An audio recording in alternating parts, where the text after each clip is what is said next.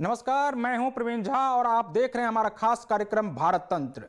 आज हम बात करेंगे कि इंडोक्रेसी और डेमोक्रेसी में क्या अंतर है, और इसी पर बात करने के लिए इस वक्त हमारे साथ बेहद खास मेहमान मौजूद हैं। चिंतक हैं, विचारक हैं और राष्ट्रीय सुरक्षा विशेषज्ञ हैं जितेंद्र कुमार ओझा जी। जितेंद्र जी, आपका बहुत बहुत स्वागत है पंजाब केसरी टीवी पर। धन्यवाद प्रवीण जी, धन्यवाद। जितेंद्र जी, आपसे हम पहला सवाल भी यही जानना चाहेंगे कि इंडोक्रेसी और डेमोक्रेसी में अंतर क्या है। देखिए, जो डेमोक्रेसी है वो पश्चिम में इवॉल्व हुई, और इंडोक्रेसी का मतलब ये नहीं है कि क्या भारत में हो रहा है। दुनिया में कोई भी बड़ी सभ्यता तभी आगे बढ़ती है, तभी अपनी पूरी शक्ति को वो हासिल करती है जब वो अपनी समस्याओं के अनुसार, अपनी सामाजिक आवश्यकताओं के अनुसार एक राजनीतिक तंत्र का इजाद करती है। तो जो इंडोक्रेसी की बात मैं कर रहा हूं वो डेमोक्रेसी से ज्यादा एडवांस्ड वर्जन की मैं बात कर रहा हूं, जिसमें डेमोक्रेसी के सारे गुण तो मौजूद रहेंगे, लेकिन साथ में उसमें भारतीय मूल्य, ओरिजिनल भारतीय मूल्य की मैं बात कर रहा हूं। मेडिएवल, प्री मुगल, हिंदू मूल्यों की भी बात मैं नहीं कर रहा हूं, मैं वैदिक और उपनिषदिक मूल्यों की बात कर रहा हूं, और साथ में जो साइंटिफिक प्रिंसिपल है डेमोक्रेसी के उनकी बात कर रहा हूं।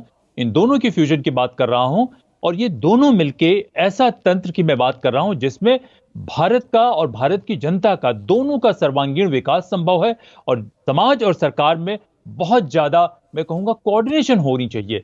तो ये भारत तंत्र है जो प्रजातंत्र से बेहतर एक राजनीतिक फ्रेमवर्क आप इसे कह सकते हैं। सर, अब ये भी जानना चाहेंगे कि आज आप लगातार चूंकि भारत तंत्र की बात करते हैं, तो अभी इस वक्त मतलब आज के दौर में क्यों इसकी जरूरत महसूस हो रही है। देखिए, पहली जरूरत तो ये महसूस हो रही है कि पूरी दुनिया में प्रजातंत्र के ढांचे में जो कमी है वो हमें नजर आ रही है। आपने देखा कि कैसे, मैं तो आज से बात नहीं कर रहा हूं, मैं तो मेरे ख्याल से यूनिवर्सिटी में पढ़ता था तब से इसकी बात कर रहा हूं। तब भी लगता था कि ये डेमोक्रेसी का ढांचा हमारे लिए पर्याप्त नहीं है, इसमें न तो रूल ऑफ लॉ को सस्टेन करना संभव नहीं है। लेकिन 30 वर्षों के बाद भी मैं देख रहा हूं, आप हम सभी देख रहे हैं कि किस तरीके से अमेरिका जैसे देश के प्रजातंत्र पे सवालिया निशान उठ रहे हैं। दूसरी बात मैं ये कह रहा हूं कि चीन जो हमसे 4 से 5 गुना अधिक आगे बढ़ गया, ये होना नहीं चाहिए था, ये संभव नहीं है।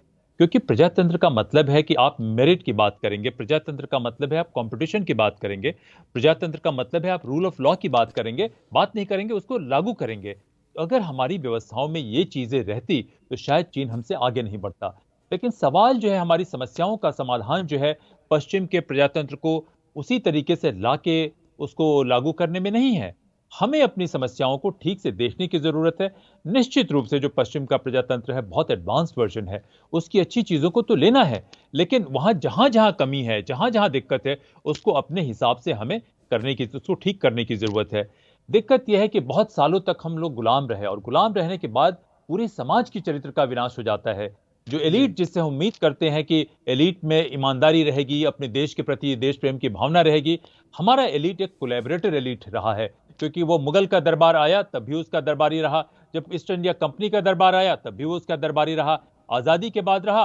तो ये जो सोच है वो सोच नहीं बदली। तो इन्हीं तमाम मुद्दों को लेके मैं सोचता हूं कि भारत का जो वास्तविक बुद्धिजीवी वर्ग है, जो कोलैबोरेटर बुद्धिजीवी है, उसकी बात मैं नहीं कर रहा हूं, उनको सोचने की जरूरत है। क्यों? क्योंकि भारत इतना बड़ा देश है कि सबसे पुरानी सभ्यता है हम चीन से। हम किसी, अब पाकिस्तान से हमें तू मैं नहीं करनी चाहिए। कैसे हमारी सभ्यता पे आक्रमण हुआ, कैसे उसको हम दफन कर दें, खत्म कर दें, ये सोच होनी चाहिए। चीन के साथ हम ऐसा इक्विलिब्रियम बनाएं कि चीन हमें आंख दिखाने के बजाय वो हमारा सम्मान करे। अमेरिका और पश्चिम को भी लगे कि नहीं, भारत से हमें कुछ सीखने की जरूरत है। तो भारत तंत्र की आवश्यकता इसलिए है कि पूरी दुनिया का और सारे भारतवासियों का अपने आप में विश्वास हो। दूसरा, हम सोचे इस स्तर में कि नहीं, हमारी पूरी दुनिया के इसमें जो हमारी स्थिति है, पूरी दुनिया के देशों में, वो स्थिति हमारे जो वाकई पुरातन हमारी जो शक्ति थी उसके हिसाब से होनी चाहिए। और जो हमारे लोगों की क्षमता है, आप देखें कि वही भारतीय भारत से बाहर जाते हैं तो कितना अच्छा करते हैं, भारत में रहने पे इतना उनको प्रताड़ित होना पड़ता है। क्यों?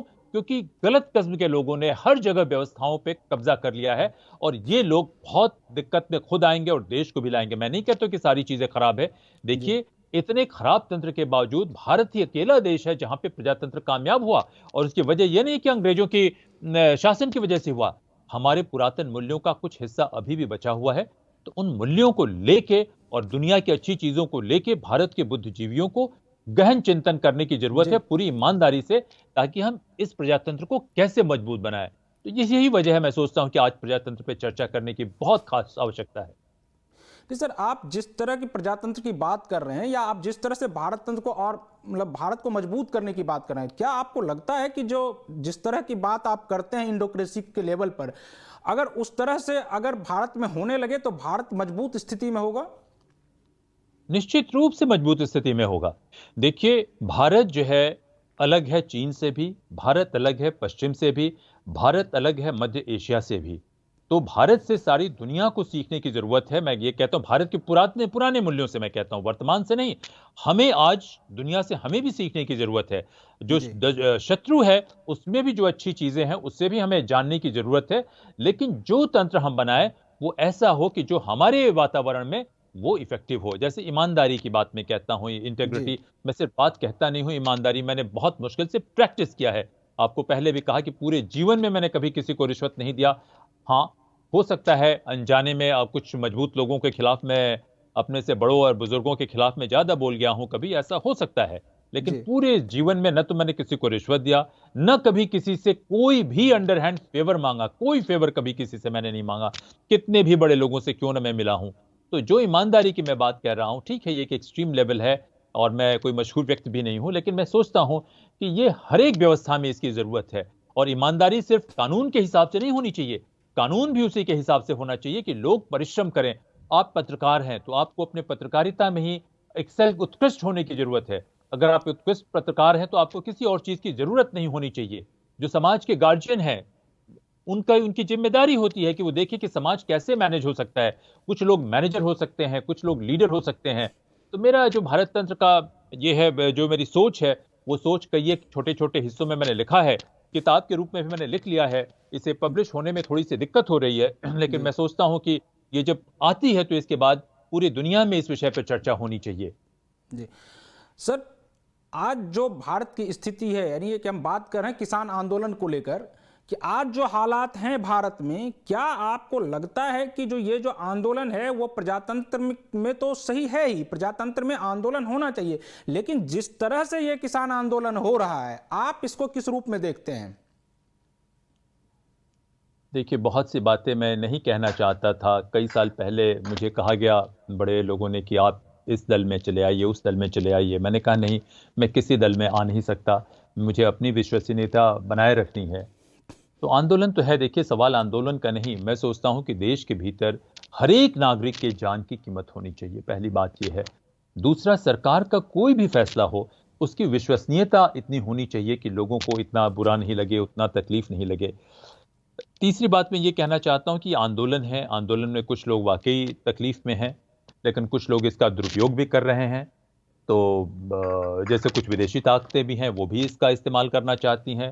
राजनीतिक विपक्ष है, वो भी इस्तेमाल करना चाहती है। इसमें सही गलत के हिसाब से नहीं होगा। ये पूरे सिस्टमिक फेलियर को दर्शाता है कि पूरे सिस्टम में लोगों का एक विश्वास नहीं है। पॉलिटिकल कार्टलाइजेशन में, कार्टलाइजेशन ऑफ पॉलिटिकल स्पेस की मैंने कहीं बात की है, कई जगह अपने राइटअप में, ब्लॉग में भी होगा, पुराने अगले राइटअप में भी आएगा जी एक्सक्यूज मी, कि जो पॉलिटिकल ओपोनेंट है जी उनके जरिए भी ये बातचीत संभव नहीं है। जो हम वाद संवाद की भी बात करते हैं कि खुले दिमाग से मुद्दों पे बातचीत होनी चाहिए, तो लगता है कि ये इस बात की गुंजाइश ही नहीं बची है। या तो आप इस तरफ हैं या उस तरफ हैं और दोनों के बीच में ये झगड़ा हो रहा है। मैं सोचता हूं कि जो मुगल काल रहा, मैं मुगलों को या मुसलमान भाइयों बहनों को बिल्कुल दोष नहीं देना चाहता। ये जो जी टर्किक मुगल रेस आई और उस रेस में लोगों के पास वो समझ नहीं थी, कौटिल्य की वो समझ नहीं थी, बुद्ध की वो सब परंपराएं नहीं थी, और हम भी काफी भ्रष्ट हो चुके थे, भारतवर्ष भी। और वहां से उसका अंत क्या होता है कि राजा जो कहता है वही सही है, राजा के कदमों पे सारे लोग झुक रहे हैं। तो जी ये जो है हमारी परंपरा नहीं है। हमारी परंपरा तो है कि भृगु ऋषि जाते हैं और भगवान विष्णु की छाती पे लात मारते हैं और उसके बाद भगवान विष्णु उनसे कहते हैं कि प्रभु आपके पैरों में, कोमल चरणों में चोट तो नहीं आई। ये भारत की परंपरा है। तो ये मैं नहीं कहता कि अपनी परंपराओं में जाएं। आज जो पश्चिम का प्रजातंत्र है वो क्या कहता है? पश्चिम का प्रजातंत्र रूल ऑफ जी लॉ की बात करता है कि कानून से परे कोई नहीं है। लेकिन पश्चिम के प्रजातंत्र में भी कमी है। मैं सोचता हूं कि ये किसान आंदोलन में सही क्या है, गलत क्या है, मुझे नहीं मालूम। वो बिल देश के हित में है या देश के कितने अहित में है, इस पे अच्छी चर्चा होनी चाहिए, निष्पक्ष चर्चा होनी चाहिए। और जो लोग इसमें दुखी हैं, वैसी नौबत नहीं आनी चाहिए कि लोगों को अपना घर द्वार छोड़ के ठंड में वो पूरे यहाँ रहे, उनकी जान गई। इससे बहुत तकलीफ होती है, उससे बहुत परेशानी होती है। और उसमें से जो पुलिस के छोटे कर्मचारी हैं, उनके ऊपर जो आक्रमण हुआ, वो देख जी के कष्ट हुआ। उसके बाद हमारे रिपब्लिक डे, गणतंत्र दिवस पे लाल किले तक पर भी लोगों ने आके किया। तो मुझे लगता है कि ये पूरे सिस्टम की नाकामयाबी दिखा रहा है कि प्रजातंत्र के इस सिस्टम में क्या कमी है, ये दिखा रहा सर है। मैं यही सवाल आपसे पूछना भी चाह रहा था कि भारत जैसे विशाल लोकतंत्र में जब लोगों के पास कोई और विकल्प नहीं बचता है, तो क्या यह आंदोलन ही एकमात्र रास्ता है उनको अपनी बात को मनवाने का?